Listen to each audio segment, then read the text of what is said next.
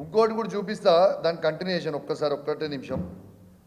ఒక్కసారి రేవంత్ రెడ్డి గారే ఈ ఎమ్మెల్యేలని ఏమేమి తిట్టిండో ఒక్కసారి లైవ్గా మీకు చూపిస్తా. ఒక్కసారి మీ ద్వారా యావత్ తెలంగాణ ప్రజలు కూడా చూడాలని కోరుకుంటా ఉన్నాను. దానం నాగేందరు పంచగుట్ట చౌరస్తాల దివాంచి దగ్గర బీడీలు అమ్మేటోడు. కడియం శ్రీహరి లాక గోతికాడి నక్కలం కాదు. ఆయన కొడుకులు తలా ఓ దిక్కు.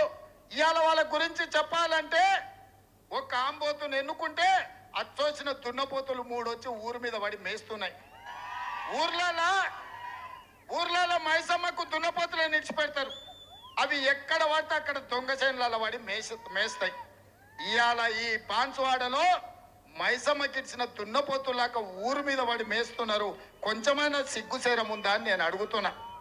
ఇవాళ పేర్లో గాంధీ ఉన్న బుద్ధులన్నీ దొంగ బుద్ధులే. ఇక మీరు విన్నారు కదా, లైవ్గా రేవంత్ రెడ్డి గారే వాళ్ళని ఇష్టం ఉన్నట్టు తిట్టి ఇలా కడవలు కప్పుతున్నారంటే నీకు సిగ్గున్నదా? జాయిన్ అయ్యేటోళ్ళకి పోయేటోడికి సిగ్గుశరం ఉన్నదా? అసలు నాకు అర్థం కాని పరిస్థితిలో ఉన్నా అని చెప్పి సందర్భంగా తెలియజేస్తూ సెలవు తీసుకుంటున్నాను. Thank you very much.